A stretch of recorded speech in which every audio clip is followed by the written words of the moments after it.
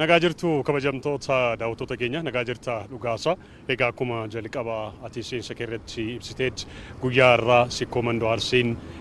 jila qaba cidha guddaa qaba ture kanaaf nutis cidha kana yookiin sirna kana jila kana irratti argamuuf kan nuti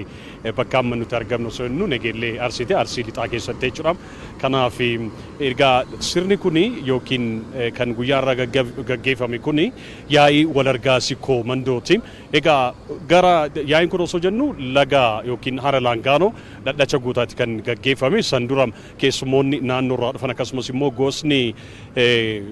sikkoo mandoo Baalee fi Arsii Bahar yookiin immoo Arsii irraa warreen dhufan erga simataman booda fardaan dabalamanii erga simataman booda gara laga yookiin hara Laangaanoo dhadhacha guutaatti kan imalaa turre karaa gubbaas hawaasni aanaa yookiin araddaa anga hara Laangaanoo geenyu jiran simannaa ho'aadha kan taasisaa jirani egaa sababa qaba yookiin kaayyoo qaba sirni har'a gaggeeffamu yookiin yaa'iin har'a gaggeeffamu kun akkuma jalqaba kaase yaa'ii wal argaa sikkoo mandooti sababni isaa gosni kun kana dura haala kanaatiin walitti argee wal argee waa'ee duudhaasaa waa'ee aadaasaa waa'ee sirnasaa mareetee gaggeeffatee hin beeku waan ta'eef inni jalqaba kaayyoon jalqaba sagantaa wal argaati sagantaan inni biraa boru kan gaggeeffamu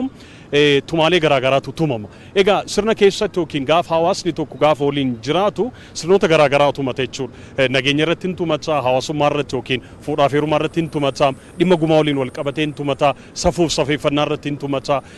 kabaja abbaa fi haadha waliin wal qabatee illee hin tumata kanaaf gosni kun kana dura tumaalee kanaan gaggeeffamaa yookiin gaggeessaa ture fakkeenyaaf fuudhaaf heeruma waliin wal qabatee sirna mataasaa yookiin seera mataasaa tumatee gaggeessaa ture nagaa wajjin wal qabates akkasumas kabajaadhaaf abbaa waliin wal qabates tumaalee garaagaraa erga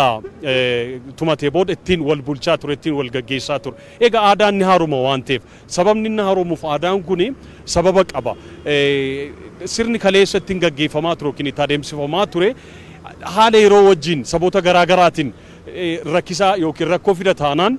waan fooyya'uu qaba waan sirratu qaba waan haaromuu qaba jechuudha kanaaf gosni kun dhimmoonni akkanaa kun yookiin rakkoo nutti uumaa jira waan ta'eef akkuma jalqaba kaase dhimma gumaa waliin wal qabatees haa ta'u kan fuudhaaf heerumaa nageenya akkasumas safuuf safeeffannaa waliin wal qabatee rakkoo nutti uumeera dhee waan yaaduuf keessumattuu gumaa waliin wal qabatee abbaan gadaa sikkoo mandoo Alii Muhammad Sur waan nutti himan kanarra gaafa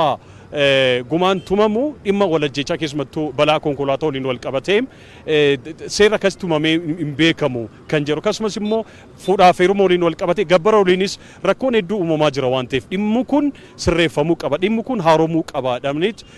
guyyaa irra kan isaan marachaa turani guyyaa boru waan amma kaasne kan dhimmoota irra kaasne kan tumaan hin tumame jechuudha hawaasni dubbisnees hedduu gammadu akka ta'an kan isaan nutti himan sababni isaa yaa'ii wal argaat sagantaan irraa kun waan ta'eef akka irraa kanatti wal arganii hin beekani